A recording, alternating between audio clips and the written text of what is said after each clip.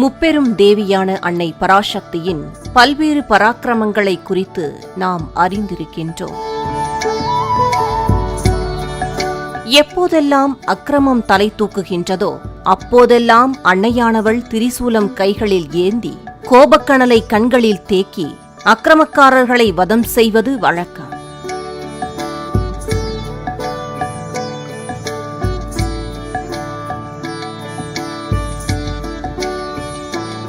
அந்த வகையில் தேவகணங்களில் திறமை வாய்ந்த வீரபத்ரரை படைத்தளபதியாக்கி அசுரன் ஒருவனை வதம் செய்த தலமும் அம்பிகையானவள் லட்சுமி மற்றும் சரஸ்வதி தேவி ஆகிய 3 ரூபத்தையும் உள்ளடக்கி பக்தர்களுக்கு அருள்பாலிக்கும் ஒரு ஆலயத்தை தான் உளம் நாடி தரிசிக்கப் போகின்றோம். For more information, watch the full video, link in description.